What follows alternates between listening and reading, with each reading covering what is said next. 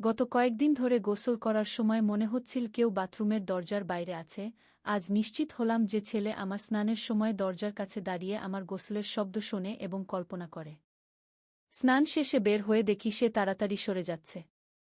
আমি তাকে ডেকে জিজ্ঞেস করলাম, তুমি কি দরজার কাছে ছিলে? সে লজ্জায় মাথা নিচু করে বলল, হ্যাঁ মা। আমি রেগে বললাম, কেন? সে আমার দিকে তাকিয়ে বলল, কারণ আমি জানতে চাই তুমি কিভাবে গোসল করো। আমার মুখ লাল হয়ে গেল। সে আরও বলল, আমি তোমার স্ত্রী হিসেবে কল্পনা করি। আমার শ্বাস বন্ধ হয়ে আসছিল। সে বলল, মা, আমরা বিয়ে করলে আমি তোমার সাথে গোসল করতে পারব। আমার গায়ের তোয়ালে শক্ত করে জড়ালাম। সে আমার কাছে এসে বলল, আমি তোমার শরীরের প্রতিটি অংশ জানতে চাই। তুমি আমার স্ত্রী হও, আমরা একসাথে জীবন কাটাই। বাথরুমের দরজা বন্ধ থাকা সত্ত্বেও আমার মনে হচ্ছিল আমি উলঙ্গ। তার কল্পনায় আমি নিরাপদ নেই। এই গল্পটি সম্পূর্ণ শুনলে আপনাদের পানি অটোমেটিক বের হয়ে যাবে, সো যত দ্রুত সম্ভব হাতের কাছে টিস্যু নিয়ে বসে পড়ো। বিছানার চাদর যেন নষ্ট না হয় সেটা সম্পূর্ণ খেয়াল রাখার অনুরোধ জানিয়ে গল্পটি এখন শুরু করব। তার আগে সর্বশেষ অনুরোধ, দয়া করে এমন পানি বের করার গল্প নিয়মিত শুনতে আমাদের চ্যানেলটি সকলেই সাবস্ক্রাইব করুন। ধন্যবাদ। হ্যালো বন্ধুরা, আমার নাম মীরা খান। আমার বয়স 40 বছর। আমার স্বামীর নাম রফিক খান, বয়স 43 বছর। আমাদের 2 সন্তান, সাকিব আর তিতলি। সাকিব 20 বছর বয়সী, বিশ্ববিদ্যালয়ে পড়ে। তিতলি 14 বছর বয়সী, মাধ্যমিক স্কুলে যায়। আমি আপনাদের যে ঘটনাটি বলতে যাচ্ছি সেটি শুরু হয়েছিল আমাদের গ্রামের বাড়িতে গেলে। আমার শ্বশুর বাড়ি চট্টগ্রামের এক প্রত্যন্ত গ্রামে। সেখানে একটি পুরানো বাড়ি আছে যেটি আমাদের পরিবারের বংশ পরম্পরায় আছে। এই বাড়িটি নিয়ে অনেক রহস্যের গল্প আছে। বলা হয় এই বাড়িতে গুপ্তধন লুকানো আছে। গত মাসে আমরা সবাই গ্রামে গিয়েছিলাম। সাকিব বিশ্ববিদ্যালয়ের ছুটিতে ছিল, তিতলির স্কুলের টার্ম ব্রেক ছিল। রফিক অফিসে 1 সপ্তাহের ছুটি নিয়েছিল। আমিও আমার কাজের জায়গা থেকে ছুটি নিয়েছিলাম। গ্রামের বাড়িতে পৌঁছানোর পর থেকেই অদ্ভুত সব ঘটনা ঘটতে শুরু করল। প্রথম দিনেই আমি লক্ষ্য করলাম যে রাতের বেলায় দোতলার একটি ঘর থেকে আজব আওয়াজ আসে। শো শো করে কি একটা শব্দ। প্রথমে ভেবেছিলাম হয়তো বাতাসের শব্দ, কিন্তু পরে বুঝলাম এটা অন্য কিছু। দ্বিতীয় দিন সন্ধ্যায় সাকিব আমার কাছে এসে বলল, মা, এই বাড়িটাতে কি যেন একটা লুকানো আছে। আমি দাদুর পুরানো ডায়েরি খুঁজে পেয়েছি। সে আমার হাতে একটি চামড়ার বাঁধানো পুরানো খাতা দিল। খাতাটি হলুদ হয়ে গেছে, পাতাগুলো ভঙ্গুর। আমি খাতাটি খুলে দেখলাম ভিতরে আরবি আর বাংলায় মিশিয়ে কিছু লেখা আছে।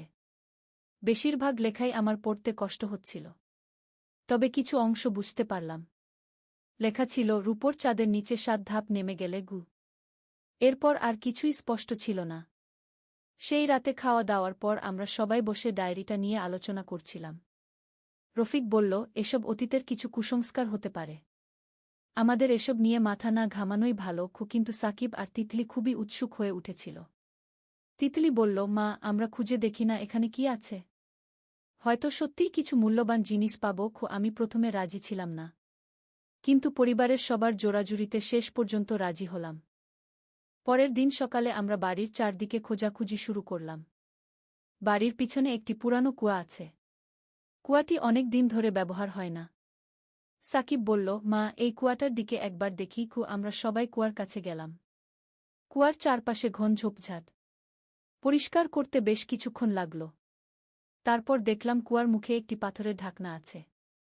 ঢাকনাটিতে কিছু কারুকাজ আছে, চাঁদ আর তারার মতো নকশা। রফিক আর সাকিব মিলে পাথরের ঢাকনাটি সরানোর চেষ্টা করল। অনেক কষ্টে ঢাকনাটি একপাশে সরে গেল। কুয়ার ভিতরে তাকিয়ে দেখি অনেক গভীর। নিচে কিছু দেখা যাচ্ছে না। সাকিব একটি দড়ি আর টর্চ নিয়ে এলো। দড়ি দিয়ে টর্চটি কুয়ার ভিতরে নামিয়ে দিল। টর্চের আলোতে দেখলাম কুয়ার তলায় পানি নেই। পানি শুকিয়ে গেছে।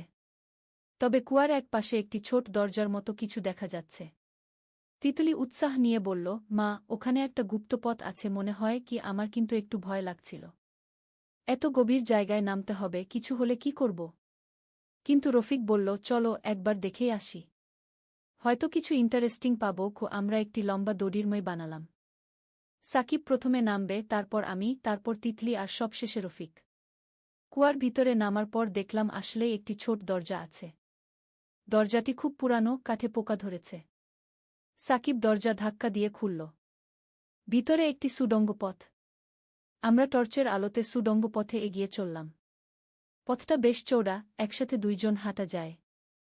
দেয়ালে পুরানো কিছু ছবি আঁকা আছে। ছবিগুলো দেখে মনে হলো এগুলো অনেক পুরানো, হয়তো কয়েকশো বছরের পুরানো। প্রায় 10 মিনিট হাঁটার পর আমরা একটি বড় ঘরে পৌঁছালাম। ঘরটি গোল আকৃতির, চারপাশে পাথরের দেয়াল, মাঝখানে একটি পাথরের বেদি। বেদিটার উপরে একটি সোনালি রঙের বাক্স রাখা আছে। তিতলি উৎসুক হয়ে বলল, মা, এই বাক্সটায় কি আছে? আমিও কৌতূহলী হয়ে উঠেছিলাম।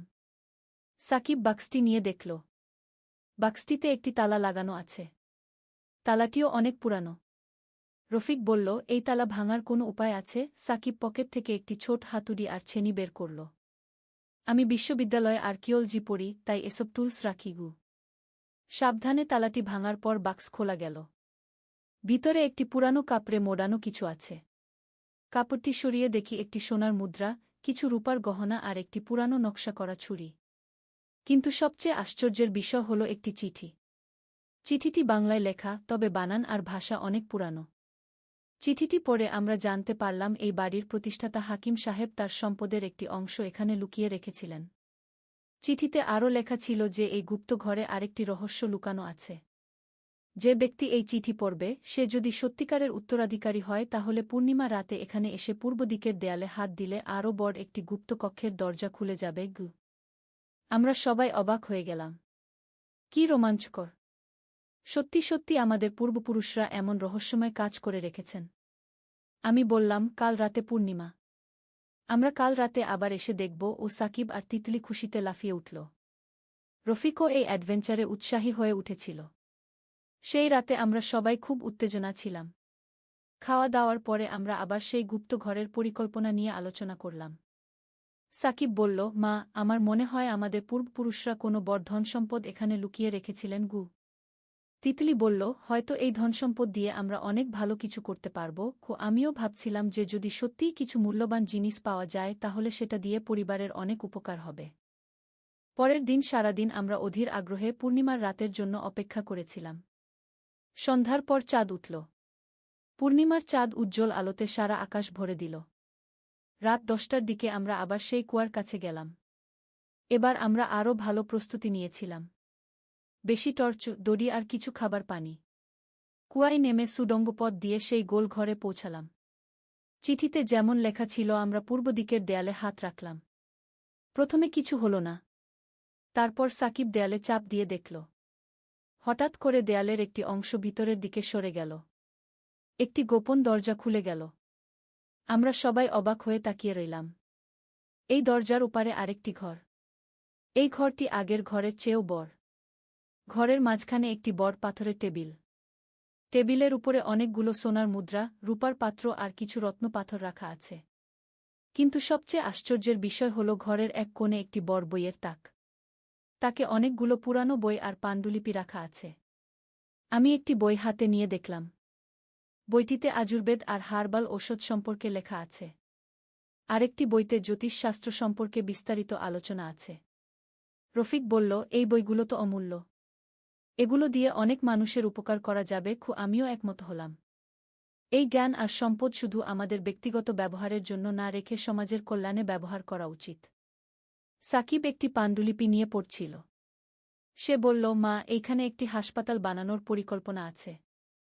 আমাদের পূর্বপুরুষ হাকিম সাহেব একটি চিকিৎসালয় স্থাপন করতে চেয়েছিলেন গরিব মানুষদের সেবার জন্য। তিতলি উৎসাহ নিয়ে বলল, তাহলে আমরাও সেই পরিকল্পনা বাস্তবায়ন করতে পারি। এই সম্পদ দিয়ে গ্রামে একটি স্বাস্থ্যকেন্দ্র বানাব। আমার মন খুশিতে ভরে গেল। আমাদের পরিবারের এই অ্যাডভেঞ্চার শুধু রোমাঞ্চকর ছিল না, এটি আমাদের একটি মহৎ উদ্দেশ্যও দিয়েছিল। পরের কয়েকদিন আমরা এই গুপ্ত কক্ষে বিভিন্ন জিনিস নিয়ে গবেষণা করলাম। বইগুলো পড়ে আমরা অনেক নতুন জ্ঞান অর্জন করলাম। সাকিব তার বিশ্ববিদ্যালয়ের প্রফেসরদের সাথে যোগাযোগ করে এই আবিষ্কার সম্পর্কে জানাল। প্রফেসররা এই আবিষ্কারে খুবই আগ্রহী হয়ে উঠলেন। তারা বললেন, এই পাণ্ডুলিপিগুলো ইতিহাসের দিক থেকে অত্যন্ত গুরুত্বপূর্ণ। এগুলো সংরক্ষণ করা জরুরি। আমরা স্থানীয় প্রশাসনের সাথেও যোগাযোগ করলাম। তারা এই ঐতিহাসিক আবিষ্কারে খুশি হয়ে আমাদের সাহায্য করার প্রতিশ্রুতি দিলেন। 1 সপ্তাহ পর আমাদের গ্রামে একটি বিশেষ অনুষ্ঠানের আয়োজন করা হল। স্থানীয় মানুষজন, সরকারি কর্মকর্তারা আর বিশ্ববিদ্যালয়ের গবেষকরা এসেছিলেন। অনুষ্ঠানে আমি বক্তব্য দিলাম। বললাম, এই আবিষ্কার আমাদের শুধু সম্পদ দেয়নি, এটি আমাদের দায়িত্ববোধও দিয়েছে। আমরা এই সম্পদ দিয়ে গ্রামের মানুষের সেবায় কাজ করব।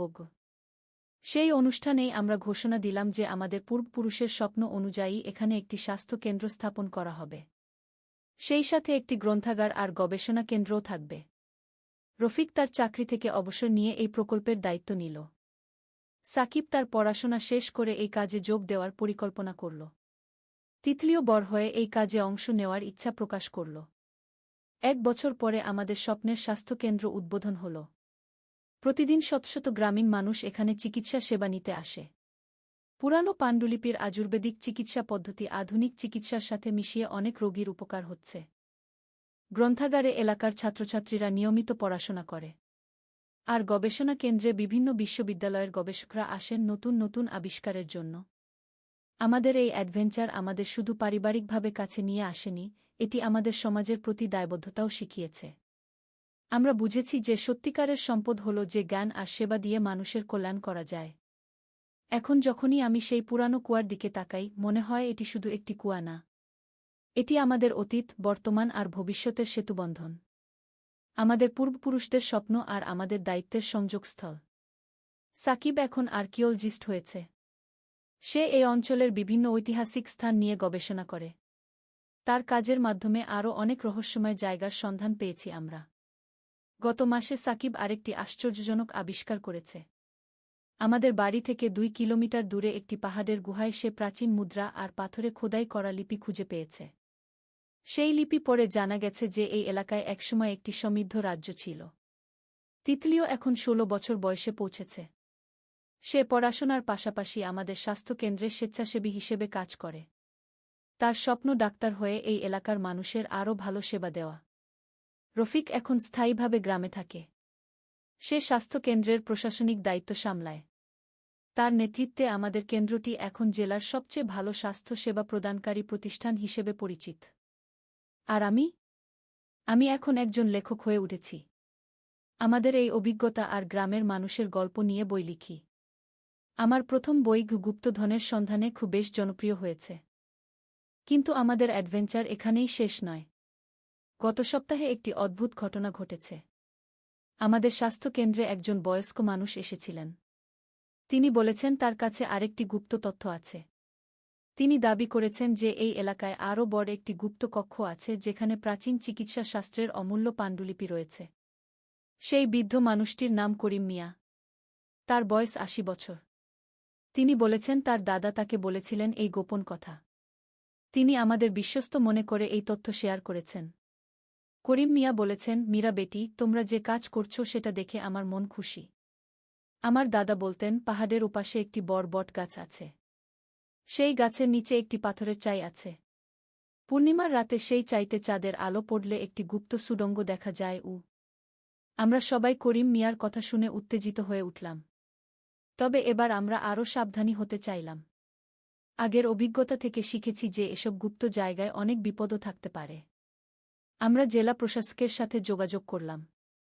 তিনি আমাদের একটি বিশেষজ্ঞ দল দিয়ে সাহায্য করার প্রতিশ্রুতি দিলেন। দলে থাকবেন একজন আর্কিওলজিস্ট, একজন জিওলজিস্ট আর নিরাপত্তার জন্য 2 জন পুলিশ অফিসার। পরের পূর্ণিমার রাতের জন্য আমরা অপেক্ষা করতে লাগলাম।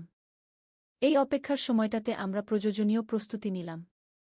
উন্নত মানের টর্চ, দড়ি, প্রাথমিক চিকিৎসার সামগ্রী আর যোগাযোগের জন্য ওয়াকিটকি। সেই পূর্ণিমার রাত আসল। আমাদের দল মিলে পাহাড়ের ওপাশে গেলাম। সত্যিই একটি বিশাল বটগাছ আছে। গাছের নিচে একটি বড় পাথরের চাই। চাঁদের আলো যখন সেই চাইতে পড়ল, তখন আমরা দেখলাম পাথরের একপাশে একটি ছোট ফাটল আছে। ফাটলটি দেখতে স্বাভাবিক মনে হলেও টর্চের আলো দিয়ে ভালো করে দেখলে বোঝা যায় যে এটি কৃত্রিমভাবে তৈরি। জিওলজিস্ট সাহেব পাথরটি পরীক্ষা করে বললেন, এই পাথরের নিচে একটি খালি জায়গা আছে। সম্ভবত একটি গুহা বা কক্ষ। আর্কিওলজিস্ট সাহেব বললেন, আমরা খুব সাবধানে এগোব। প্রাচীন স্থাপনায় অনেক সময় বিপজ্জনক ফাঁদ থাকে। আমরা পাথরের চাই সরানোর চেষ্টা করলাম। অনেক কষ্টে সরানোর পর দেখলাম নিচে একটি সিঁড়ি নেমে গেছে। সিঁড়িটি পাথর দিয়ে তৈরি, বেশ চওড়া। এবার আমরা আরও সংগঠিতভাবে নামলাম। প্রথমে পুলিশ অফিসার, তারপর আর্কিওলজিস্ট, তারপর আমি আর রফিক। সাকিব আর তিতলি উপরে থেকে নিরাপত্তা দিচ্ছিল। সিঁড়ি দিয়ে নেমে আমরা একটি দীর্ঘ করিডোরে পৌঁছালাম। করিডোরের দুই পাশে বিভিন্ন চিত্রকর্ম আঁকা আছে। চিত্রগুলো দেখে বোঝা যায় এগুলো চিকিৎসা বিজ্ঞান সম্পর্কিত। করিডোর দিয়ে হেঁটে যেতে যেতে আমরা কয়েকটি ছোট কক্ষ পেলাম। একটি কক্ষে বিভিন্ন ধরনের পাত্র রাখা আছে, সম্ভবত ঔষধ সংরক্ষণের জন্য ব্যবহার হতো। আরেকটি কক্ষে একটি পাথরের বেড আছে। বেডের পাশে বিভিন্ন যন্ত্রপাতি রাখা আছে যেগুলো দেখতে চিকিৎসার সরঞ্জামের মতো। কিন্তু সবচেয়ে আশ্চর্যজনক কক্ষটি ছিল সবশেষে। এই কক্ষটি একটি বিশাল গ্রন্থাগারের মতো। চারপাশে পাথরের তাকে অসংখ্য বই আর পাণ্ডুলিপি রাখা আছে। আর্কিওলজিস্ট সাহেব বললেন, এটি তো অবিশ্বাস্য। এত প্রাচীন চিকিৎসা গ্রন্থ এক জায়গা। এগুলো 1000 বছরের পুরানো হতে পারে কি? আমি একটি পাণ্ডুলিপি হাতে নিয়ে দেখলাম। এতে বিভিন্ন রোগের চিকিৎসা পদ্ধতি লেখা আছে। কিছু কিছু চিকিৎসা পদ্ধতি এত উন্নত যে আধুনিক চিকিৎসা বিজ্ঞানেও সেগুলো ব্যবহার করা হয়। রফিক বলল, এই জ্ঞান যদি আমরা সঠিকভাবে ব্যবহার করতে পারি তাহলে অনেক দুরারোগ্য ব্যাধির চিকিৎসা সম্ভব হবে। আমরা এই আবিষ্কারের খবর দেশের স্বাস্থ্য মন্ত্রণালয়ে পাঠালাম। তারা একটি বিশেষজ্ঞ কমিশন গঠন করে এই পাণ্ডুলিপিগুলো গবেষণার জন্য পাঠালেন। কয়েক মাস পরে গবেষণার ফলাফল এলো। বিশেষজ্ঞরা বললেন যে এই পাণ্ডুলিপিগুলোতে এমন সব চিকিৎসা পদ্ধতির বর্ণনা আছে যেগুলো আধুনিক বিজ্ঞানে হারিয়ে গিয়েছিল। একটি পাণ্ডুলিপিতে ক্যান্সার চিকিৎসার একটি প্রাকৃতিক পদ্ধতির বর্ণনা ছিল। আরেকটিতে ছিল হৃদরোগের চিকিৎসা। এমনকি মানসিক রোগের চিকিৎসার জন্য বিশেষ পদ্ধতি বর্ণিত ছিল। সরকার আমাদের এলাকায় একটি জাতীয় চিকিৎসা গবেষণা কেন্দ্র স্থাপনের ঘোষণা দিল। এই কেন্দ্রে প্রাচীন আর আধুনিক চিকিৎসা পদ্ধতিকে একসাথে নিয়ে গবেষণা হবে। আমাদের পরিবারকে এই গবেষণা কেন্দ্রের ট্রাস্টি বোর্ডে রাখা হয়েছে। আমরা নিশ্চিত করব যে এই গবেষণার ফল যেন সাধারণ মানুষের কাছে পৌঁছায়। এখন আমাদের গ্রাম শুধু একটি সাধারণ গ্রাম নয়। এটি দেশের একটি গুরুত্বপূর্ণ চিকিৎসা গবেষণা কেন্দ্র। দেশ-বিদেশ থেকে গবেষকরা আসেন এখানে। সাকিব এখন এই গবেষণা কেন্দ্রের একজন গুরুত্বপূর্ণ সদস্য। তিতলি মেডিকেল কলেজে ভর্তি হয়েছে। তার স্বপ্ন এখানে ফিরে এসে কাজ করা। রফিক আর আমি এখন পুরোপুরি এই কাজে নিবেদিত প্রাণ। আমরা দেখেছি যে একটি পারিবারিক অ্যাডভেঞ্চার কিভাবে সমাজের বৃহত্তর কল্যাণে রূপ নিতে পারে। আমাদের এই গল্পটি এখানেই শেষ নয়। কারণ জ্ঞানের অন্বেষণ আর মানুষের সেবা কখনো শেষ হয় না। প্রতিদিন নতুন কিছু আবিষ্কার হয়, নতুন কোনো রহস্যের সমাধান হয়। আর আমি এখনও সেই স্বপ্ন দেখি যেখানে আমাদের এই ছোট্ট উদ্যোগ একদিন বিশ্বের সব মানুষের কাছে পৌঁছাবে। যেখানে আমাদের পূর্বপুরুষদের রেখে যাওয়া জ্ঞান নতুন প্রজন্মের কাছে পৌঁছে যাবে। এই হল আমাদের গল্প। একটি সাধারণ পারিবারিক কৌতূহল থেকে শুরু হয়ে এটি হয়ে উঠেছে একটি বিশাল সামাজিক আন্দোলন। আমরা শিখেছি যে সত্যিকারের রহস্য আর রোমাঞ্চ লুকিয়ে থাকে মানুষের সেবায়, জ্ঞানের বিতরণে আর সমাজের কল্যাণে। একদিন আলী সাহেব সোহেলের অফিসে এলেন। সোহেল তাকে দেখে অবাক হয়ে গেল। স্যার, আপনি এখানে? হ্যাঁ সোহেল, তোমার অফিস একবার দেখতে চাইলাম। খুব সুন্দর হয়েছে গু। আলী সাহেব পুরো অফিস ঘুরে দেখলেন। কর্মচারীদের সাথে কথা বললেন। তারপর সোহেলের রুমে এসে বসলেন। সোহেল, তুমি অনেক দূর এসেছ। মনে আছে 7 বছর আগে তুমি যখন আমার অফিসে প্রথম এসেছিলে? চা বানানোর কাজ করতে? হ্যাঁ স্যার, সব মনে আছে। আমি গর্বিত যে আমি তোমাকে একটা সুযোগ দিয়েছিলাম। আর তুমি সেই সুযোগকে কাজে লাগিয়েছ। জানো সফলতার মূল সূত্র কি? কি স্যার? কঠোর পরিশ্রম, সততা আর হাল না ছাড়া। তোমার মধ্যে এই 3টা গুণই আছে গু। সোহেল চোখে জল নিয়ে বলল, আপনি না থাকলে আজ আমি এখানে পৌঁছাতে পারতাম না স্যার। না সোহেল, আমি শুধু একটা দরজা খুলে দিয়েছিলাম। ভেতরে ঢুকে পথ তৈরি করেছ তুমি নিজে গু। আলী সাহেব চলে যাওয়ার আগে বললেন, আমার একটা বড় প্রজেক্ট আছে। একটা 20 ফ্লোর বিজনেস টাওয়ার। আমি চাই তুমি এই প্রজেক্টে আমার সাথে পার্টনার হও। 50-50। রাজি? সোহেল অবাক হয়ে গেল। এত বড় প্রজেক্ট? স্যার, আমার কি যথেষ্ট সামর্থ্য আছে? আছে। আমি বিশ্বাস করি। সোহেল রাজি হয়ে গেল। এটা তার জীবনের সবচেয়ে বড় প্রজেক্ট হবে। 50 অধ্যায়, বড় চ্যালেঞ্জ। 20 ফ্লোর বিজনেস টাওয়ারের কাজ শুরু হল। এটা সোহেলের জীবনের সবচেয়ে বড় চ্যালেঞ্জ। প্রজেক্টের বাজেট প্রায় 10 করোড় টাকা। সোহেলকে 5 করোড় টাকা ইনভেস্ট করতে হবে। সোহেল তার সব সঞ্চয়ে ব্যাংক লোন আর কিছু ইনভেস্টর থেকে টাকা জোগাড় করল। এটা একটা বিশাল ঝুঁকি। যদি প্রজেক্ট ব্যর্থ হয় সব শেষ। মিনা চিন্তিত ছিল। সোহেল, এত বড় ঝুঁকি নেওয়া ঠিক হবে? মিনা, জীবনে বড় কিছু করতে হলে ঝুঁকি নিতে হয়। আমি এই সুযোগ হাতছাড়া করতে চাই না কিন্তু যদি কিছু ভুল হয়? ভুল হবে না। আমি আলী সাহেবের সাথে আছি। উনি আমাকে গাইড করবেন। প্রজেক্ট শুরু হল। প্রথম 6 মাস সব ভালোই চলছিল। কাজ সময়মতো হচ্ছে, বাজেট ঠিক আছে। কিন্তু 7 মাসের মাথায় একটা বড় সমস্যা দেখা দিল। একজন প্রধান ইনভেস্টর হঠাৎ তার টাকা ফেরত চাইলেন। তিনি অন্য একটা জরুরি কাজে টাকা লাগবে বলে জানালেন। 1 করোড় টাকা ফেরত দিতে হবে। সোহেল বিপদে পড়ে গেল। 1 করোড় টাকা এখন কোথায় পাবে? প্রজেক্টের সব টাকা ঢেলে দিয়েছে। সে আলী সাহেবের সাথে কথা বলল। আলী সাহেব বললেন, চিন্তা করো না, আমি ব্যবস্থা করছি। কিন্তু আলী সাহেবও বড় একটা প্রজেক্টে আটকে আছেন। তার হাতে লিকুইড ক্যাশ নেই। সোহেল অন্য ব্যাংক থেকে লোন নেওয়ার চেষ্টা করল। কিন্তু ব্যাংক বলল, ইতিমধ্যে তার অনেক লোন আছে, নতুন লোন দিতে পারবে না। সোহেল রাতে ঘুমাতে পারছিল না। খাওয়া দাওয়া বন্ধ করে দিয়েছিল। মিনা তাকে দেখে খুব চিন্তিত হয়ে গেল। সোহেল, প্লিজ নিজেকে এভাবে শেষ করে ফেলো না। কোনো একটা রাস্তা বের হবেই। কিন্তু সোহেল কোনো রাস্তা দেখতে পাচ্ছিল না। ইনভেস্টর 15 দিন সময় দিয়েছে। 15 দিনের মধ্যে টাকা ফেরত না দিলে তিনি আইনি ব্যবস্থা নেবেন। 10 দিন কেটে গেল। সোহেল কোনো সমাধান খুঁজে পেল না। সে প্রায় হাল ছেড়ে দিয়েছিল।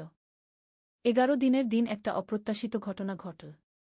জাহিদ ভাই, সোহেলের পুরনো সহকর্মী, তার অফিসে এলেন। জাহিদ ভাই এখন একটা রিয়েল এস্টেট কোম্পানিতে সিনিয়র ম্যানেজার। সোহেল, আমি তোমার সমস্যার কথা শুনেছি। হ্যাঁ ভাই, আমি বিপদে পড়েছি। আমি তোমাকে সাহায্য করতে চাই। আমার কিছু সঞ্চয় আছে, 5 লাখ টাকা। তুমি নাও।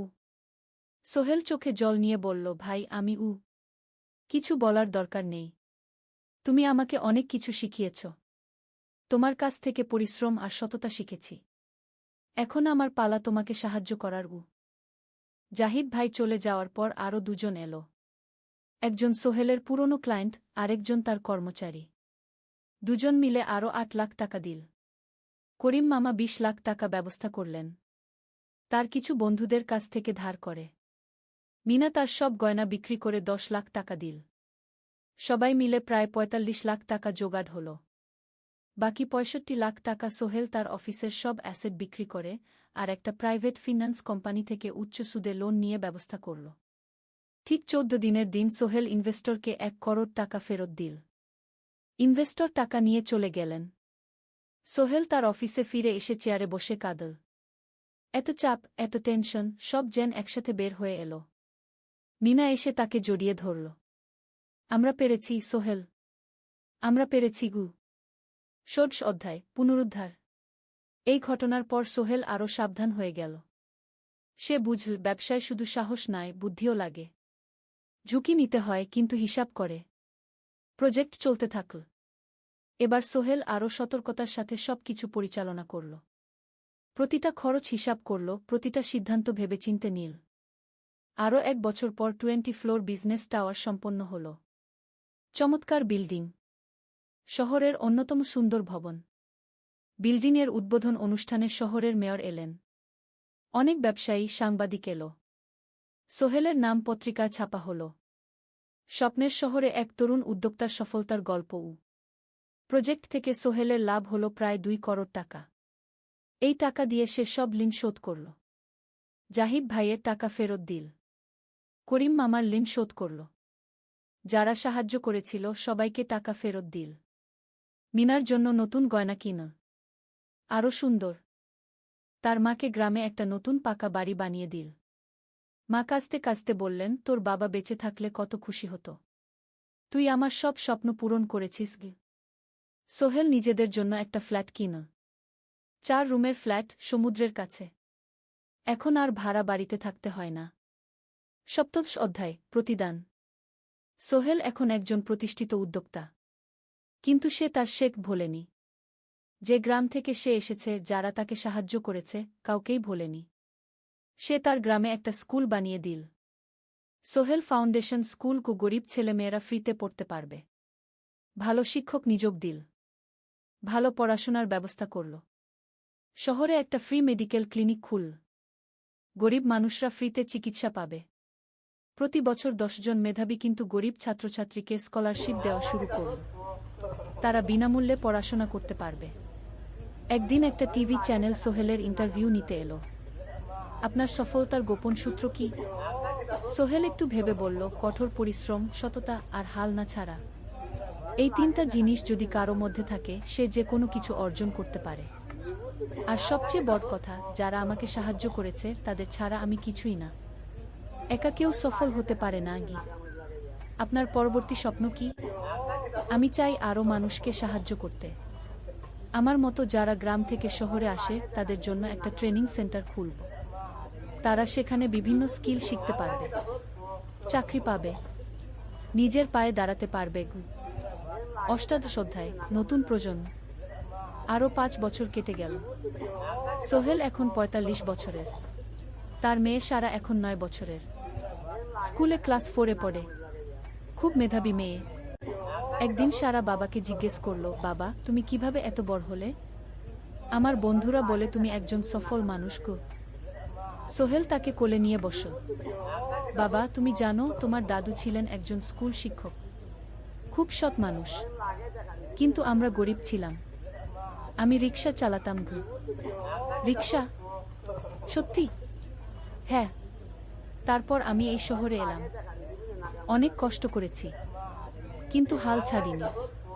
মানুষ আমাকে সাহায্য করেছে, আর আমি কঠোর পরিশ্রম করেছি। বাবা, আমিও কি তোমার মতো হতে পারবো?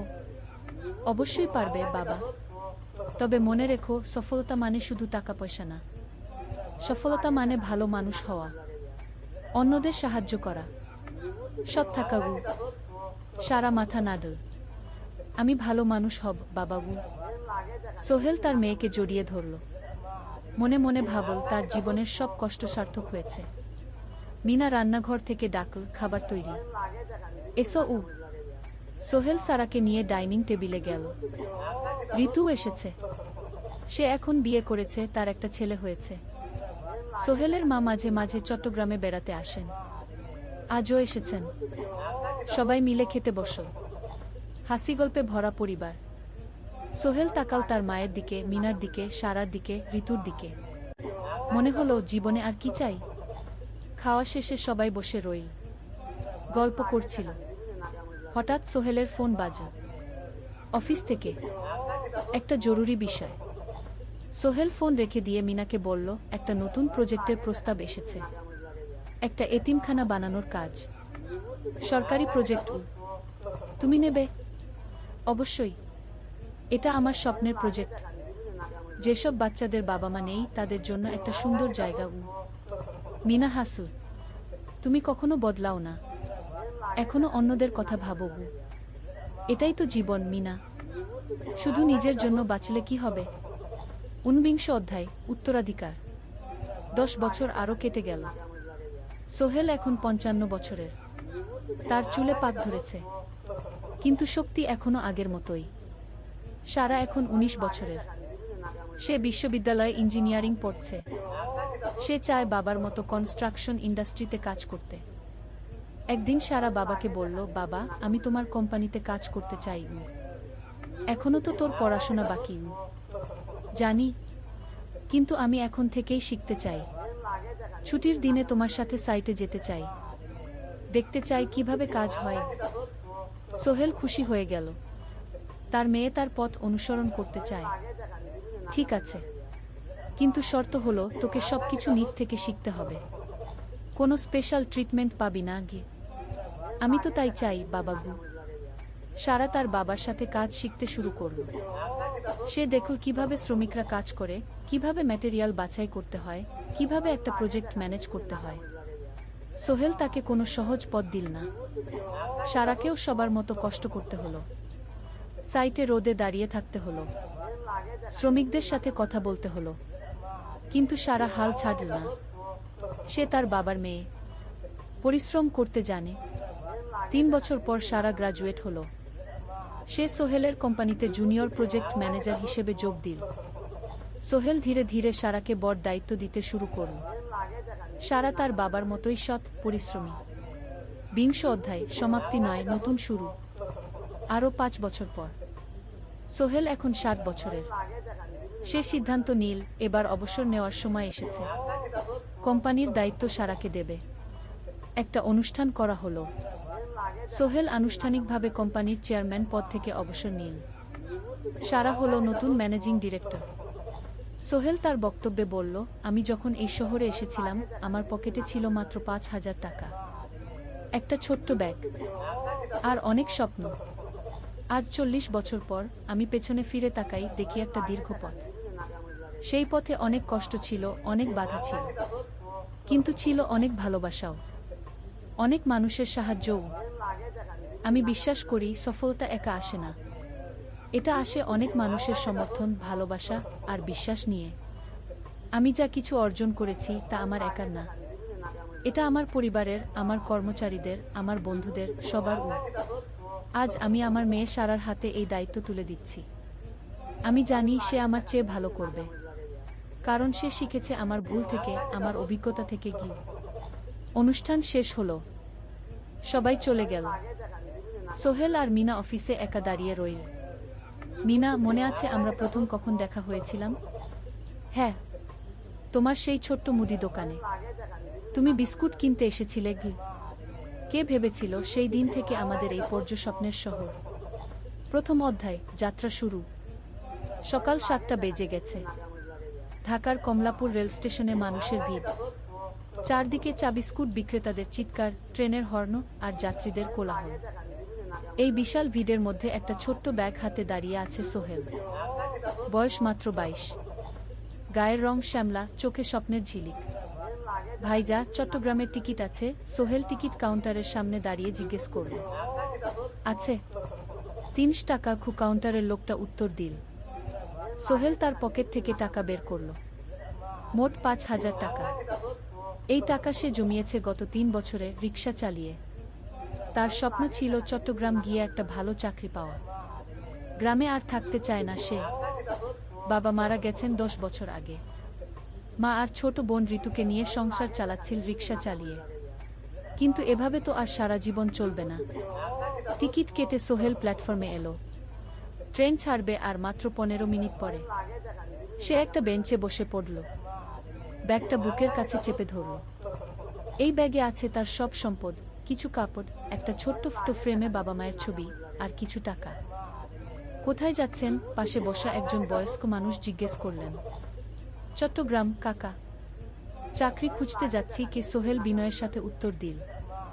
ভালো, তবে শহরে সাবধানে থাকবেন। শহর মানে অনেক সুযোগ, কিন্তু অনেক ফাঁদও আছে। বয়স্ক লোকটা বললেন। সোহেল মাথা নাড়ল। সে জানে শহরের জীবন সহজ না, কিন্তু তার কোনো বিকল্প নেই। গ্রামে রিক্সা চালিয়ে মাসে 3,500 টাকা আয় হতো। তার মধ্যে সংসার চালাতে হতো, বোনের স্কুলের খরচ দিতে হতো, মায়ের ওষুধের খরচ দিতে হতো। কিছুই বাঁচত না। আর এই জীবন থেকে বেরোনোর একটাই পথ, শহরে গিয়ে ভালো কাজ খুঁজে নেওয়া। সোহেল মনে মনে ভাবল তার বাবার কথা।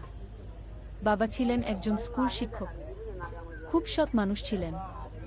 সবসময় বলতেন, সোহেল, তুই লেখাপড়া শিখে বড় মানুষ হবি। আমাদের পরিবারে আর কেউ বড় চাকরি করেনি, তুই করবি। কিন্তু বাবা যখন মারা গেলেন তখন সোহেল মাত্র এসএসসি পরীক্ষা দিয়েছে। ফলাফল ভালো হয়েছিল, জিপিএ অর্ধচতুর। কিন্তু বাবার মৃত্যুর পর আর পড়া হলো না। পরিবারের দায়িত্ব নিতে হলো। ট্রেন ছাড়ল। সোহেল জানালার পাশে বসে বাইরে তাকাল। ধানক্ষেত, নদী, ছোট ছোট গ্রাম, সব পেছনে ফেলে ট্রেন এগিয়ে চল। সোহেলের মনে হলো সে যেন তার পুরনো জীবনটাকেও পেছনে ফেলে আসছে। ট্রেনে একজন হকার এসে চা বিক্রি করছিল। সোহেল একটা চা কিনল। 10 টাকা। চা খেতে খেতে সে ভাবছিল, চট্টগ্রাম পৌঁছে কি হবে, করিম মামা তাকে সাহায্য করবেন তো? চাকরি পাওয়া যাবে তো? করিম মামা আসলে সোহেলের খুব দূর সম্পর্কের মামা। সোহেলের দাদির বোনের ছেলে। অনেক বছর আগে গ্রাম ছেড়ে চট্টগ্রামে চলে গিয়েছিলেন। সেখানে একটা কনস্ট্রাকশন কোম্পানিতে কাজ করেন। বছরে একবার দুবার গ্রামে আসতেন। গত বছর যখন এসেছিলেন তখন সোহেলের মাকে বলেছিলেন সোহেলকে চট্টগ্রাম পাঠান, আমি একটা কাজের ব্যবস্থা করে দেব। সেই কথাতেই ভরসা করে সোহেল আজ এই যাত্রা। দ্বিতীয় অধ্যায়, নতুন শহর। চট্টগ্রাম পৌঁছাতে প্রায় 6 ঘন্টা লেগে গেল। দুপুর 1টা বাজে। সোহেল স্টেশন থেকে বের হয়ে শহরের রাস্তায় দাঁড়াল। কি বিশাল শহর! এত গাড়ি, এত মানুষ। চারদিকে উঁচু উঁচু বিল্ডিং, দোকানপাট, মানুষের ভিড়। সোহেল কিছুক্ষণ দাঁড়িয়ে থাকল সবকিছু দেখতে দেখতে। তার মনে হচ্ছিল সে যেন অন্য কোনো পৃথিবীতে এসে পড়েছে। তার পকেটে একটা ছোট্ট কাগজ আছে। সেখানে লেখা একটা ঠিকানা, করিম মিয়া, বাড়ি নং 23, রোড নং 5, আগ্রাবাদ, চট্টগ্রামকে। সোহেল একটা রিকশা ডাকল। কত নেবেন আগ্রাবাদ যেতে? 50 টাকা গু। সোহেল রিকশায় উঠল। রাস্তার দুধারে দোকান, মার্কেট, অফিস, সবকিছু দেখতে দেখতে সে অবাক হয়ে গেল। এত বড় শহর, এত কিছু! গ্রামের সেই ছোট্ট বাজারের সাথে কোনো তুলনাই হয় না। প্রায় আধা ঘন্টা পর রিকশা একটা পুরনো বাড়ির সামনে থামল। 3 তলা বাড়ি, কিন্তু রং উঠে গেছে। সিঁড়ি দিয়ে উঠে 3য় তলায় করিম মামার ফ্ল্যাটে নক করল। দরজা খুলল এক মধ্যবয়সী মহিলা। কে? আসসালামু আলাইকুম আপা, আমি সোহেল, নোয়াখালীর গ্রাম থেকে এসেছি। করিম মামা বাড়িতে আছেন? মহিলা তাকে মাথা থেকে পা পর্যন্ত দেখল। করিম তো অফিসে গেছে। তুমি কে? কোথা থেকে এসেছ? সোহেল সব খুলে বলল। মহিলা তাকে ভেতরে ঢুকতে দিল। বসো। করিম সন্ধ্যায় ফিরবে গু। ফ্ল্যাটটা ছোট, 2টো রুম, একটা ছোট্ট রান্নাঘর আর একটা বাথরুম। কিন্তু সোহেলের কাছে খুব সুন্দর লাগল। গ্রামের সেই টিনের ঘরের চেয়ে তো অনেক ভালো।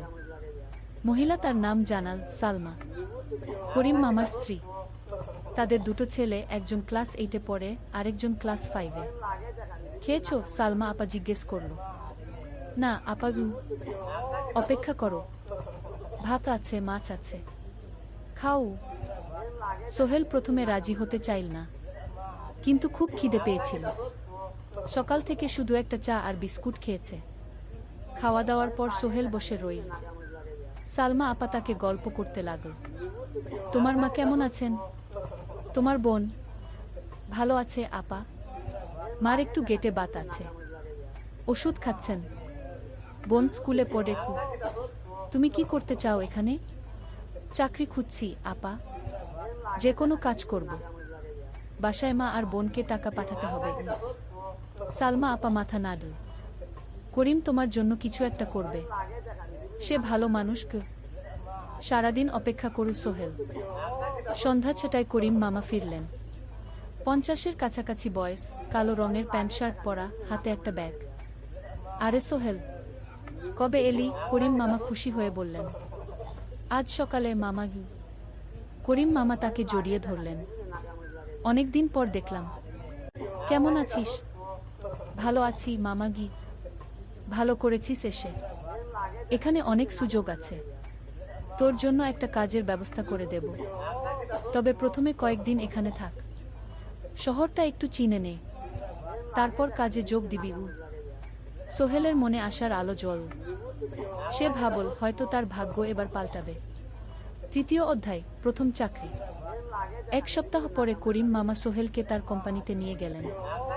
কোম্পানির নাম আলামিন কনস্ট্রাকশন। অফিসটা শহরের কেন্দ্রে, 5 তলা একটা বিল্ডিংয়ের দোতলায়। মালিক আলী সাহেব, 50-এর কাছাকাছি বয়স, মোটা চেহারা, চোখে সোনার ফ্রেমের চশমা।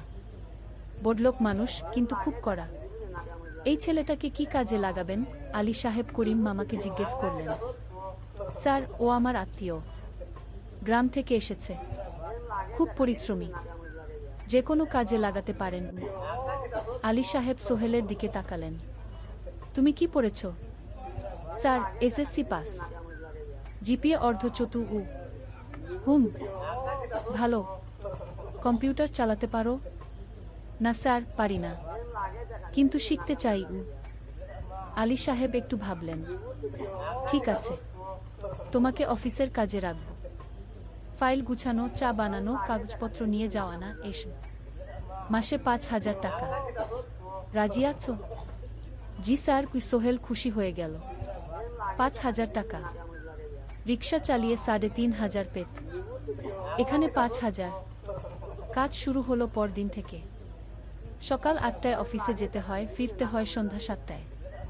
প্রথম দিন সোহেল ঘুম থেকে উঠল ভোর 5টায়। তৈরি হয়ে 7:30টায় অফিসের উদ্দেশ্যে বের হলো। করিম মামার বাড়ি থেকে অফিস প্রায় 5 কিলোমিটার। বাসে যেতে হয়। অফিসে পৌঁছে সোহেল দেখল সেই প্রথম আলী সাহেব এখনো আসেননি। অফিস খোলা ছিল না। 8-10 মিনিট পর একজন লোক এসে অফিস খুলল। তুমি নতুন? জি। আমি সোহেল। আমি জাহিদ, অ্যাসিস্ট্যান্ট ম্যানেজার। এসো। জাহিদ ভাই সোহেলকে সব কিছু দেখাল। অফিসে মোট 6 জন কর্মচারী। 2 জন ইঞ্জিনিয়ার, একজন অ্যাকাউন্ট্যান্ট, একজন অ্যাসিস্ট্যান্ট ম্যানেজার, জাহিদ ভাই, একজন রিসেপশনিস্ট, আর এখন সোহেল। সোহেলের কাজ শুরু হলো চা বানানো দিয়ে। তারপর অফিস পরিষ্কার করা, ফাইল গুছানো, কাগজপত্র এক জায়গা থেকে আরেক জায়গায় নিয়ে যাওয়া। কাজ কঠিন না, কিন্তু সারাদিন দৌড়ঝাঁপ করতে হয়। দুপুরে খাবারের জন্য আধা ঘন্টা বিরতি। সোহেল একটা ছোট হোটেলে গিয়ে ভাতরাল তরকারি খেল। 50 টাকা। সন্ধ্যায় অফিস বন্ধ হলো। সোহেল ক্লান্ত হয়ে বাসায় ফিরল। কেমন লাগল প্রথম দিন? করিম মামা জিজ্ঞেস করলেন। ভালো মামা, অনেক কিছু শিখলাম। প্রথম মাসের শেষে সোহেল বেতন পেল 5,000 টাকা। সে 3,000 টাকা মাকে পাঠাল। মা ফোনে কাঁদতে লাগলেন। আল্লাহ তোকে ভালো রাখুক সোহেল। সোহেলের চোখেও জল এলো। তার মনে হলো সে একটা বড় কাজ করতে পেরেছে। চতুর্থ অধ্যায়, শহরের জীবন।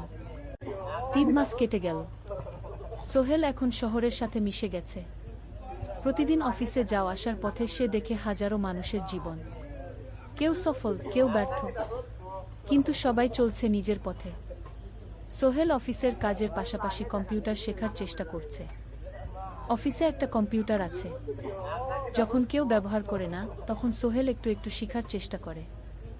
জাহিদ ভাই তাকে সাহায্য করেন।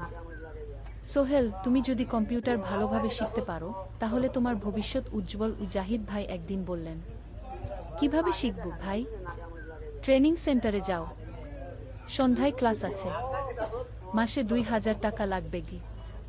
সোহেল ভাবল, 2,000 টাকা অনেক, কিন্তু এটা বিনিয়োগ ভবিষ্যতের জন্য। সে একটা ট্রেনিং সেন্টারে ভর্তি হলো। সপ্তাহে 3 দিন, সন্ধ্যা 7:30 থেকে রাত 9টা পর্যন্ত ক্লাস। কম্পিউটারের basic, board, Excel, PowerPoint, internet ব্যবহার। একদিন অফিস থেকে ফেরার সময় সোহেল একটা দোকানে চা খেতে গেল। দোকানের পাশেই একটা ছোট্ট মুদি দোকান। সেখানে একটা মেয়ে বসে আছে। বয়স হবে 20-এর কাছাকাছি। সাদাসিধে চেহারা, সাদা শাড়ি পরা, কিন্তু চোখে এক ধরনের দৃঢ়তা। ভাইজা, 1 প্যাকেট বিস্কুট দেন কি? সোহেল বলল। মেয়েটা বিস্কুট দিল। 20 টাকা। সোহেল টাকা দিয়ে যাচ্ছিল, হঠাৎ মেয়েটা বলল, আপনি নতুন এসেছেন এই এলাকায়, তাই না? হ্যাঁ। 3 মাস হলো। কিভাবে বুঝলেন? আপনার চেহারা দেখেই বোঝা যায়। এখনো গ্রামের ছোঁয়া আছে। আর আপনি প্রতিদিন এই পথ দিয়ে যান। দেখেছি কি? মেয়েটা হাসল। সোহেলও হেসে ফেল। আপনি খুব পর্যবেক্ষক মনে হচ্ছে। কি? জীবনে অনেক কিছু দেখেছি, তাই মানুষকে চিনতে শিখেছি। আপনার নাম? মিনা। এই দোকান আমার বাবার। উনি অসুস্থ, তাই আমি দেখছি। সেদিন থেকে সোহেল প্রায় সেই দোকানে যেতে শুরু করল। মিনার সাথে গল্প করত। ধীরে ধীরে তাদের মধ্যে একটা বন্ধুত্ব তৈরি হলো। মিনাও তার জীবনের গল্প বলল। মিনার মা মারা গেছেন যখন সে মাত্র 7 বছরের। বাবা আব্দুল হামিদ একা হাতে মিনাকে বড় করেছেন। মুদি দোকান দিয়ে সংসার চালান। মিনা কলেজে পড়ে, অনার্স 2nd ইয়ার। সকালে কলেজে যায়, দুপুরে ফিরে এসে দোকান সামলায়। বাবার হার্টের সমস্যা আছে, তাই ভারী কাজ করতে পারেন না। তোমার স্বপ্ন কি? একদিন সোহেল জিজ্ঞেস করল। গ্রাজুয়েশন শেষ করে একটা ভালো চাকরি করব। তারপর বাবাকে ভালো চিকিৎসা করাব। তুমি? আমিও চাকরি করে পরিবারকে ভালোভাবে দেখভাল করতে চাই। মা আর বোনকে নিয়ে শহরে আনব একদিন। দুজনেই নিজেদের স্বপ্নের কথা বলতে গিয়ে বুঝল তাদের স্বপ্ন অনেকটা একই রকম। পঞ্চম অধ্যায়, বিপদ। 6 মাস কেটে গেল। সোহেল এখন আলী সাহেবের খুব প্রিয় কর্মচারী। সে শুধু চাবিস্কুট দেওয়ার কাজই করে না, এখন কম্পিউটারেও কিছু কাজ শিখেছে। ছোটখাটো টাইপিং, ডেটা এন্ট্রি এসব করতে পারে। আলী সাহেব খুশি হয়ে তার বেতন বাড়িয়ে 8,000 টাকা করে দিয়েছেন। একদিন রাতে সোহেল অফিস থেকে ফিরছিল। সেদিন একটু দেরি হয়ে গেছে। রাত প্রায় 9টা। সাধারণত সোহেল সন্ধ্যা 7:30টায় ফিরে, কিন্তু সেদিন অফিসে একটা জরুরি কাজ ছিল। বাস থেকে নেমে সোহেল বাড়ির দিকে হাঁটছিল। হঠাৎ একটা অন্ধকার গলিতে 3 জন লোক তাকে ঘিরে ধরল। তাদের চেহারা দেখেই বোঝা যাচ্ছিল ভালো উদ্দেশ্য নিয়ে আসেনি।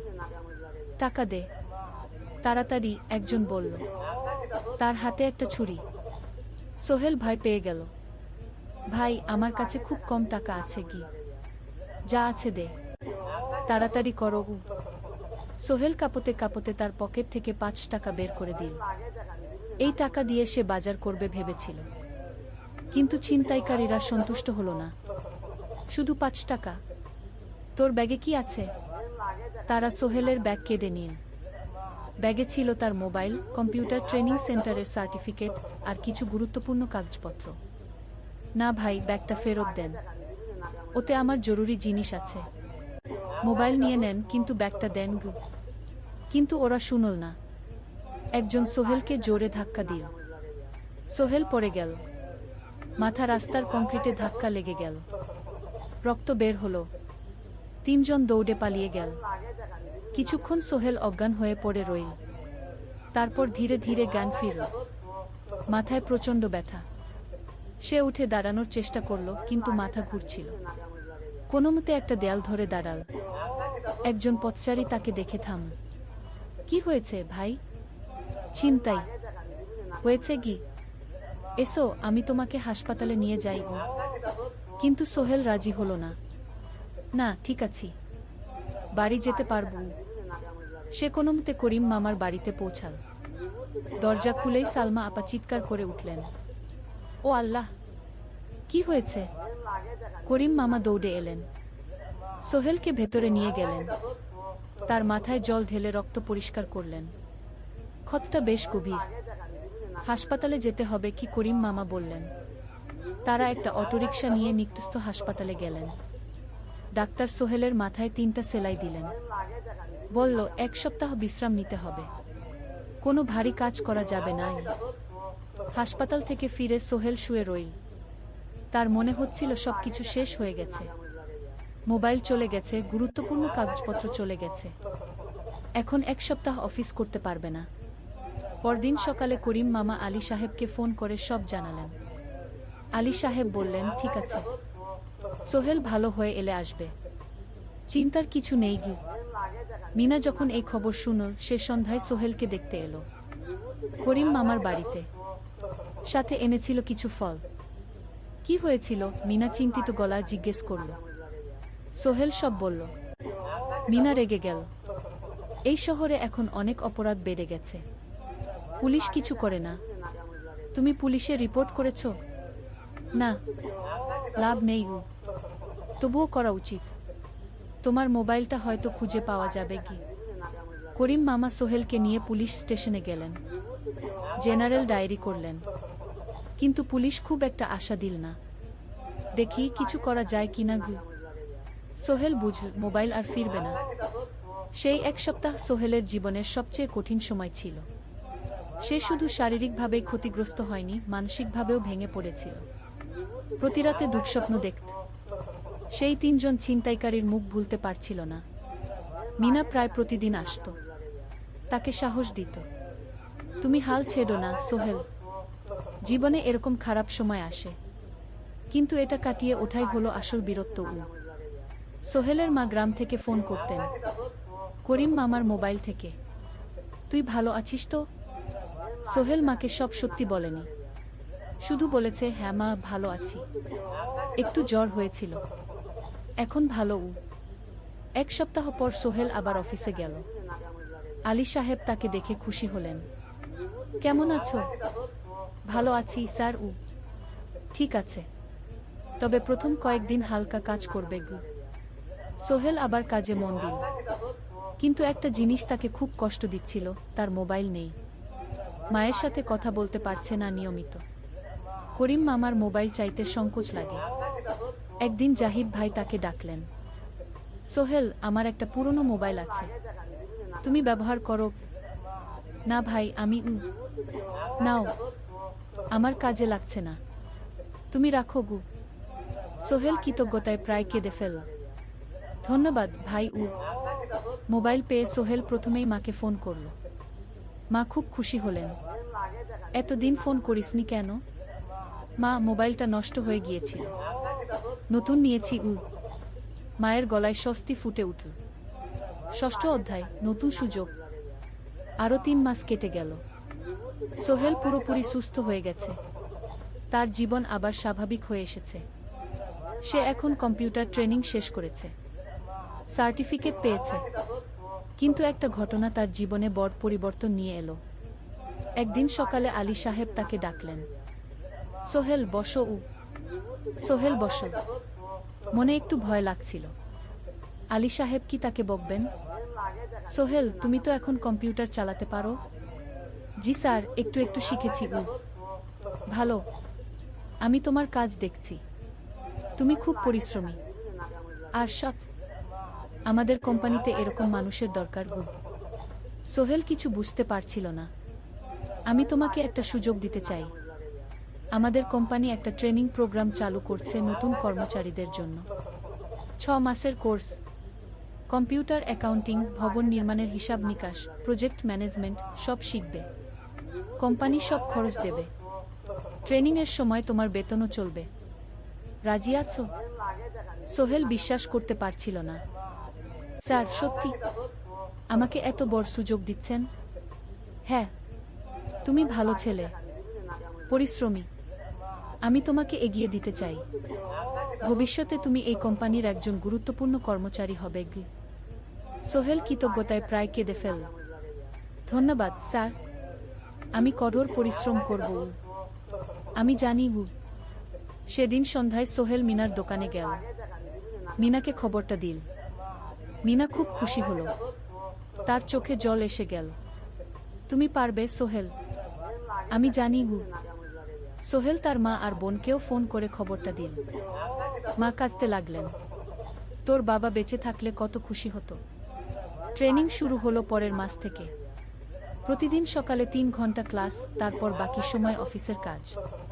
ক্লাসে 5 জন নতুন কর্মচারী, সবাই তরুণ, উৎসাহী। শিক্ষক ছিলেন একজন অভিজ্ঞ ইঞ্জিনিয়ার, নাম রহিম স্যার। তিনি খুব ভালোভাবে সব কিছু বুঝাতেন। কম্পিউটার, অ্যাকাউন্টিং, এক্সেলে জটিল ক্যালকুলেশন, প্রজেক্টের বাজেট তৈরি, সময় ব্যবস্থাপনা সব। সোহেল পুরো মনোযোগ দিয়ে শিখতে লাগল। সন্ধ্যায় বাড়ি ফিরে প্র্যাকটিস করত। করিম মামার ছেলের কাছ থেকে একটা ল্যাপটপ ধার নিত কখনো কখনো। 6 মাস পরে ট্রেনিং শেষ হলো। সবাই সার্টিফিকেট পেল। আলী সাহেব একটা অনুষ্ঠান করলেন। সোহেল সেরা পারফর্মার হিসেবে একটা বিশেষ পুরস্কার পেল, 5,000 টাকা বোনাস। আলী সাহেব ঘোষণা করলেন, সোহেল, আজ থেকে তুমি আমাদের জুনিয়র অ্যাকাউন্ট অ্যাসিস্ট্যান্ট। তোমার বেতন 15,000 টাকা। সোহেল অবাক হয়ে গেল। 8,000 থেকে 15,000, প্রায় দ্বিগুণ। সেদিন রাতে সোহেল ঘুমাতেই পারল না।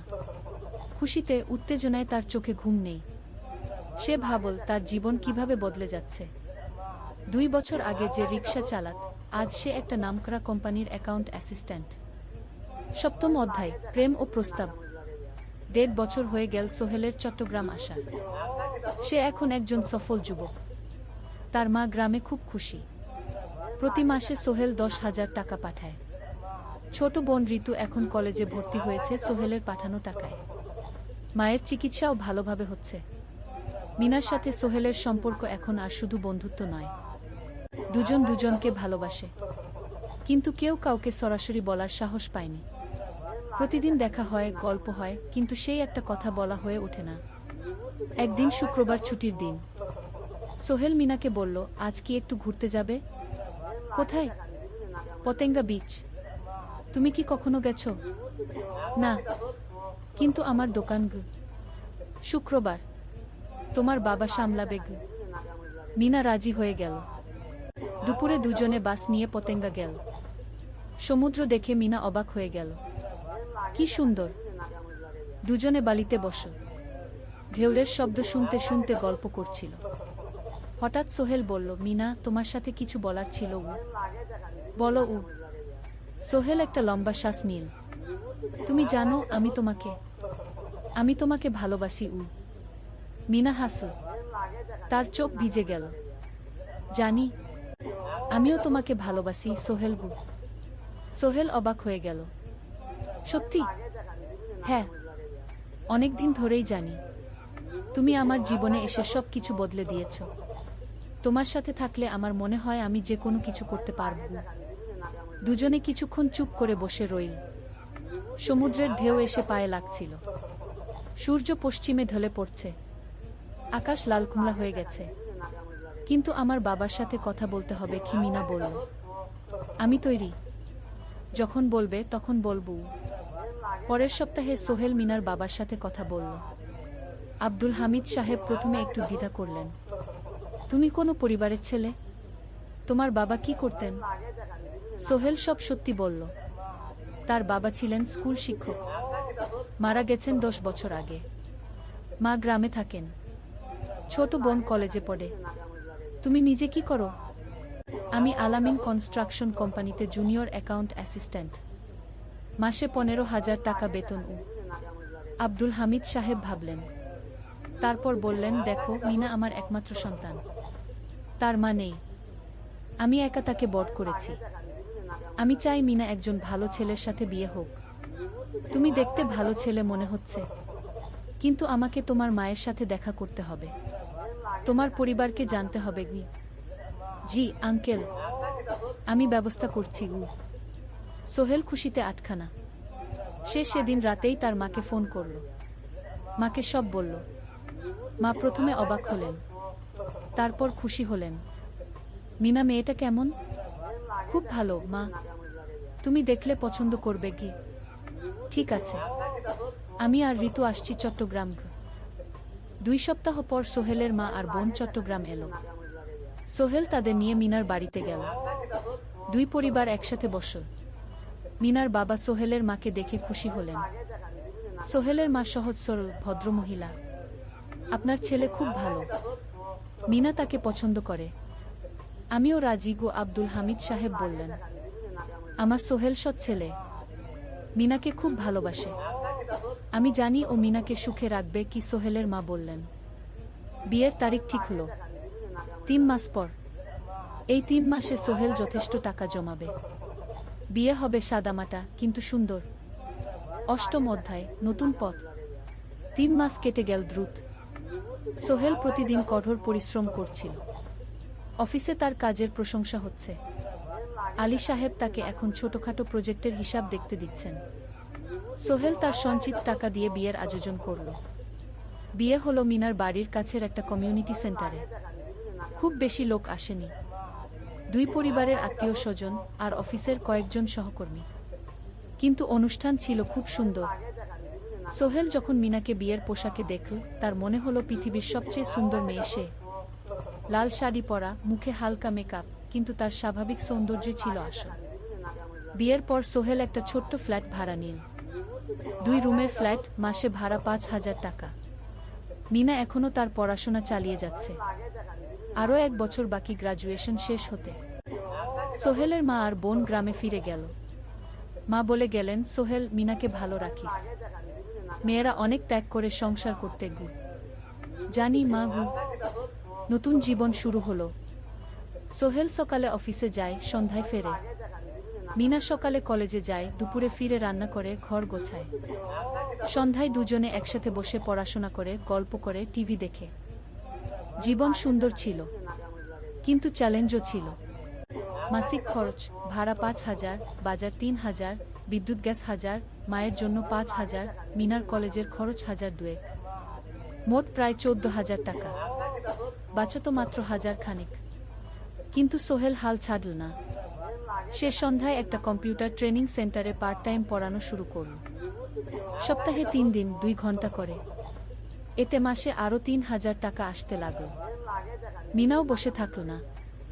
সে বাড়িতে বসে কয়েকজন স্কুলের ছাত্রছাত্রীকে টিউশন পড়াতে শুরু করল। মাসে 2000 টাকা আয়। এভাবে কেটে গেল 6 মাস। দুজন মিলে পরিবার চালাচ্ছে, স্বপ্ন দেখছে। একদিন সোহেল বলল, মিনা, আমি একটা নতুন স্বপ্ন দেখছি গু। কি? আমি নিজে একটা ছোট্ট কনস্ট্রাকশন কোম্পানি খুলতে চাই। ছোট ছোট প্রজেক্ট নেব, বাড়ি মেরামত, ছোট বিল্ডিং বানানো, এসব গু। তোমার কি যথেষ্ট অভিজ্ঞতা আছে? আছে। আমি 2 বছর ধরে এই কাজের সাথে জড়িত। অনেক কিছু শিখেছি। আর আলী সাহেবও আমাকে সাহায্য করবেন গু। কিন্তু টাকা কোথায়? কোম্পানি খুলতে তো অনেক টাকা লাগবে গি। আমি জমাচ্ছি। আরও 1 বছর কাজ করব, তারপর চেষ্টা করব। মিনা তাকে সমর্থন দিল। তুমি পারবে। তোমার মধ্যে সেই শক্তি আছে গি। 9ম অধ্যায়, চ্যালেঞ্জের সময়।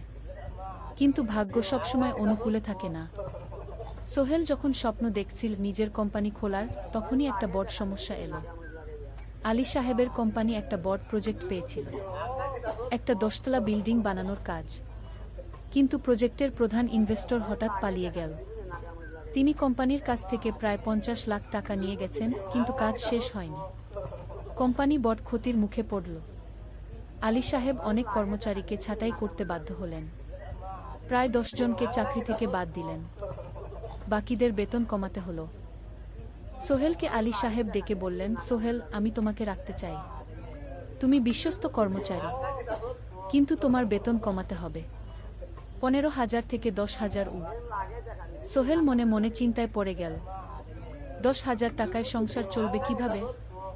মায়ের খরচ, ভাড়া, বাজার সব মিলিয়ে তো 14,000 টাকা লাগে। কিন্তু সে কিছু বলল না। ঠিক আছে স্যার। বাড়ি ফিরে সোহেল মিনাকে সব বলল। মিনা চিন্তিত হয়ে গেল। এখন কি হবে? চিন্তা করো না, আমি পার্ট টাইম টিউশনের সময় বাড়াব। আর তুমিও বেশি করে টিউশন নাও। কিন্তু আমার তো পড়াশোনাও আছে গি। জানি, কিন্তু এখন এটাই করতে হবে গু। সোহেল সন্ধ্যায় আরও 2টো জায়গায় পার্ট টাইম কাজ খুঁজল। একটা দোকানের সন্ধ্যায় হিসাব দেখার কাজ পেল, মাসে 2000 টাকা। আরেকটা জায়গায় সপ্তাহান্তে কম্পিউটার রিপেয়ারের কাজ পেল, মাসে 1,500 টাকা। মিনাও 3 জন নতুন স্টুডেন্ট নীল টিউশনে। তার আয় বাড়ল 2000 থেকে 3,500-এ। কঠিন সময় ছিল। সোহেল সকাল 8টায় অফিসে যেত, সন্ধ্যা 6টায় ফিরত। তারপর একটু বিশ্রাম নিয়ে 7:30টায় বের হতো পার্ট টাইম কাজে। রাত 10টায় বাড়ি ফিরত। রবি সোমবার কম্পিউটার রিপেয়ারের কাজ। মিনাও সকালে কলেজে যেত, দুপুরে ফিরে রান্না করত, তারপর বিকেলে টিউশন পড়াত। রাতে খাওয়া দাওয়ার পর পড়াশোনা করত। দুজনেরই শরীর খারাপ হতে শুরু করল। সোহেল একদিন অফিসে অজ্ঞান হয়ে পড়ে গেল। ডাক্তার দেখাতে নিয়ে গেল। ডাক্তার বলল, অতিরিক্ত পরিশ্রম, শরীরে পুষ্টির অভাব, ঠিকমতো খাচ্ছেন না মনে হচ্ছে গি। সত্যি কথা, খরচ বাঁচাতে সোহেল আর মিনা অনেক সময় কম খেত। মাংস মাছ কিনত সপ্তাহে 1 দিন, বাকি সময় শাকসবজি, ডাল। মিনা সোহেলকে বলল, আর নয় সোহেল, তুমি এভাবে নিজেকে শেষ করে ফেলছ। আমার পড়াশোনা বন্ধ করে দিই, আমি ফুল টাইম চাকরি করি গি। না, সোহেল জোর দিয়ে বলল, তোমার পড়াশোনা বন্ধ হবে না। আরও মাত্র 6 মাস বাকি, তুমি গ্রাজুয়েট হবেই গি। কিন্তু তুমি আমি ঠিক হয়ে যাব, চিন্তা করো না গে। কিন্তু পরিস্থিতি আরও খারাপ হলো যখন সোহেলের মায়ের অসুখ হলো। হার্টের সমস্যা, হাসপাতালে ভর্তি করতে হলো। খরচ 50,000 টাকা। সোহেলের হাতে এত টাকা কোথায়? সে করিম মামার কাছে ধার চাইল। করিম মামা 20,000 টাকা দিলেন। বাকি 30,000 টাকা সোহেল একটা এনজিও থেকে ঋণ নিল। সুদের হার মাসে 2%। মায়ের চিকিৎসা হলো, তিনি সুস্থ হয়ে গেলেন। কিন্তু সোহেল এখন ঋণের বোঝায় পড়ে গেল। প্রতি মাসে 3,000 টাকা করে কিস্তি দিতে হবে। সেই রাতে সোহেল আর মিনা বিছানায় শুয়ে কথা বলছিল। সোহেল বলল, মিনা, আমি মনে হয় ভুল করেছি। শহরে এসে বিয়ে করে তোমাকে কষ্টে ফেলেছি। মিনা তার হাত ধরল। না সোহেল, তুমি ভুল করনি। জীবনে এরকম খারাপ সময় আসে, কিন্তু এটা কাটিয়ে ওঠাই হলো আসল শক্তি। আমরা একসাথে আছি, একসাথে থাকব, সবকিছু ঠিক হয়ে যাবে। মিনার কথায় সোহেল একটু সাহস পেল। হ্যাঁ, হাল ছাড়া যাবে না। 10ম অধ্যায়, আলোর দিকে। 3 মাস পরে পরিস্থিতি একটু ভালো হতে শুরু করল। আলী সাহেবের কোম্পানি একটা নতুন প্রজেক্ট পেল, একটা স্কুল বিল্ডিং বানানোর কাজ। কোম্পানি আবার স্থিতিশীল হতে শুরু করল। আলী সাহেব সোহেলকে ডেকে বললেন, সোহেল, আমি তোমার কঠোর পরিশ্রম দেখেছি। খারাপ সময়েও তুমি কোম্পানি ছেড়ে যাওনি। আমি কৃতজ্ঞ। আজ থেকে তোমার বেতন আবার 15,000 টাকা। সোহেল খুশি হয়ে গেল। ধন্যবাদ স্যার। মিনাও গ্রাজুয়েশন শেষ করল, ভালো ফলাফল করল। সে এখন চাকরি খুঁজছে। একদিন মিনা একটা প্রাইভেট স্কুলে শিক্ষিকার ইন্টারভিউ দিতে গেল। ইন্টারভিউ ভালো হলো, তাকে নিয়োগ দেওয়া হলো। বেতন 12,000 টাকা। সেদিন সন্ধ্যায় দুজনে মিলে একটা ছোট্ট পার্টি করল। একটা বিরিয়ানি কিনো, কোমল পানীয় কিনো, দুজনে মিলে খেল। আমরা পেরেছি সোহেল, মিনা বলল। হ্যাঁ, আমরা পেরেছি। এখন দুজনের মিলিয়ে আয় 27,000 টাকা। খরচ চালানোর পর প্রায় 10,000 টাকা বাঁচে। সোহেল এই টাকা দিয়ে লোন শোধ করতে শুরু করল। পার্ট টাইম কাজগুলো ছেড়ে দিল, শরীরের যত্ন নেওয়া শুরু করল। আরও 6 মাস পরে সোহেলের কাছে একটা বড় সুযোগ এলো। আলী সাহেব একদিন তাকে ডাকলেন। সোহেল, তুমি কি নিজের ব্যবসা করতে চাও? স্যার, আমি তোমাকে একটা ছোট্ট প্রজেক্ট দিতে চাই, একটা 3 তলা বিল্ডিংয়ের কনস্ট্রাকশন। তুমি ম্যানেজ করবে, আমি শুধু সুপারভাইজ করব। লাভের 50% তোমার। সোহেল ভাবল, এটা একটা বড় সুযোগ, কিন্তু ঝুঁকিও আছে। যদি কাজটা ভালোভাবে না হয়? স্যার, আমি চেষ্টা করব, কিন্তু যদি ভুল হয়? ভুল হবে না, আমি তোমার উপর বিশ্বাস রাখছি, তুমি পারবে। সোহেল রাজি হয়ে গেল। এই প্রজেক্ট তার জীবনে টার্নিং পয়েন্ট হতে পারে। 11 অধ্যায়, স্বপ্ন পূরণের পথে। পরের 6 মাস সোহেল খুব কঠোর পরিশ্রম করল। প্রজেক্টটা ম্যানেজ করা সহজ ছিল না। শ্রমিক নিয়োগ, ম্যাটেরিয়াল কেনা, কাজের তদারকি, সময়মতো কাজ শেষ করা, সব দায়িত্ব তার। প্রথম 2 মাস খুব চাপের মধ্যে গেল। একদিন একজন শ্রমিক কাজ করতে গিয়ে আহত হলো। সোহেল তাকে হাসপাতালে নিয়ে গেল, তার চিকিৎসার খরচ দিল। এতে প্রজেক্টের বাজেট একটু বাড়ল, কিন্তু সোহেল জানত এটা করা দরকার। আরেকদিন ভুল ম্যাটেরিয়াল ডেলিভারি হলো। সোহেল সেগুলো ফেরত পাঠাল, সঠিক জিনিস আনাল। এতে 3 দিন দেরি হলো, কিন্তু কাজের মান ঠিক রইল। মিনা তাকে সবসময় সাপোর্ট করছিল। সে এখন চাকরিতে স্থিতিশীল। স্কুলের বাচ্চারা তাকে পছন্দ করে। প্রিন্সিপাল তার কাজে খুশি। প্রজেক্ট শেষ হলো 6 মাসে, সময়মতো, বাজেটের মধ্যে। বিল্ডিংয়ের মালিক খুব খুশি হলেন। তিনি আলী সাহেবকে ধন্যবাদ দিলেন। আলী সাহেব বললেন, ধন্যবাদ আমাকে না, এই ছেলেকে দিন। সোহেল পুরো প্রজেক্ট ম্যানেজ করেছে। প্রজেক্ট থেকে মোট লাভ হলো 3 লাখ টাকা। সোহেল পেল 1.5 লাখ টাকা। তার জীবনে এত টাকা এই প্রথম। সে করিম মামার ঋণ শোধ করল, এনজিওর বাকি ঋণ শোধ করল। তারপর তার মাকে 50,000 টাকা পাঠাল। মা দিয়ে গ্রামের বাড়িটা একটু মেরামত করাল, বোন ঋতুর জন্য একটা ল্যাপটপ কিনা। বাকি টাকা দিয়ে সোহেল একটা ব্যাংক অ্যাকাউন্টে জমা রাখল, ভবিষ্যতের জন্য। আলী সাহেব সোহেলকে আরও 2টো প্রজেক্ট দিলেন, এবার একটু বড়। সোহেল আত্মবিশ্বাসের সাথে সেগুলোও শেষ করল। 2 বছর পরে সোহেল সিদ্ধান্ত নিল, এবার নিজের কোম্পানি খোলার সময় এসেছে। 10 অধ্যায়, নতুন শুরু। সোহেল তার সব জমানো টাকা দিয়ে একটা ছোট্ট অফিস ভাড়া নিল। 2 রুমের অফিস, একটা রুমে কাজের জায়গা, আরেকটায় ছোট্ট মিটিং রুম। অফিসের সামনে একটা বোর্ড লাগাল, Sohel construction and development. Mina তাকে সাহায্য করছিল।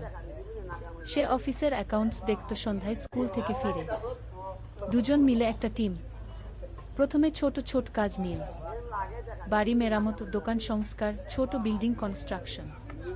কাজের মান ভালো রাখার চেষ্টা করল, সময়মতো শেষ করল, দাম ন্যায্য রাখল। ধীরে ধীরে সোহেলের সুনাম ছড়িয়ে পড়ল। মানুষ তাকে বিশ্বাস করত। তার কাছে নতুন নতুন কাজ আসতে লাগল। প্রথম বছর খুব কষ্ট হলো, কখনো লাভ হতো, কখনো লস। কিন্তু সোহেল থেমে থাকল না। সে শিখতে লাগল ব্যবসা কিভাবে চালাতে হয়। দ্বিতীয় বছরে পরিস্থিতি ভালো হলো। সোহেল এখন 3 জন স্থায়ী কর্মচারী নিয়োগ দিল। একজন ইঞ্জিনিয়ার, একজন সুপারভাইজার, একজন অফিস সহায়ক। তৃতীয় বছরে একটা বড় প্রজেক্ট পেল, একটা স্কুল বিল্ডিং বানানোর কাজ। 5 তলা বিল্ডিং। সোহেল পুরো মনোযোগ দিয়ে কাজটা করল। শ্রমিকদের ভালো বেতন দিল, ভালো ম্যাটেরিয়াল ব্যবহার করল, সময়মতো কাজ শেষ করল। স্কুল কর্তৃপক্ষ খুব খুশি হলো। তারা সোহেলের কাজের প্রশংসা করল। এই প্রজেক্ট থেকে সোহেল প্রায় 5 লাখ টাকা লাভ করল। এই টাকা দিয়ে সে আরও ভালো একটা অফিস নিল, আরও কর্মচারী নিয়োগ দিল। এখন তার কোম্পানিতে 10 জন স্থায়ী কর্মচারী। প্রজেক্ট অনুযায়ী আরও শ্রমিক নিয়োগ দেওয়া হয়। ত্রয়োদশ অধ্যায়, পরিবার। এদিকে সোহেল আর মিনার সংসারেও খুশির খবর এলো। মিনা গর্ভবতী। 9 মাস পর তাদের একটা মেয়ে হলো। নাম রাখো সারা। সারা যখন জন্মাল, সোহেলের মা আর বোন চট্টগ্রামে এলো। মা 1 মাস থেকে গেলেন। মিনাকে সাহায্য করলেন। সোহেল এখন একটা বড় ফ্ল্যাট ভাড়া নিয়েছে। 3 রুমের ফ্ল্যাট। একটা রুমে সোহেল, মিনা, একটায় সারা, আরেকটায় অতিথি রুম। মায়ের জন্য সোহেল সিদ্ধান্ত নিল তাকে চট্টগ্রামে নিয়ে আসবে। গ্রামে একা থাকা ঠিক না। কিন্তু মা রাজি হলেন না। না বাবা, আমি গ্রামেই থাকব। এখানে আমার পরিচিত মানুষ আছে। তোর বোনকে নিয়ে যা। ও ঢাকায় পড়ছে, চট্টগ্রামে এনে ভালো কোথাও ভর্তি করিয়ে দেখি। সোহেল তাই করল। ঋতুকে চট্টগ্রাম বিশ্ববিদ্যালয়ে ভর্তি করিয়ে দিল। ঋতু এখন সোহেলের ফ্ল্যাটে থাকে, বিশ্ববিদ্যালয়ে পড়ে।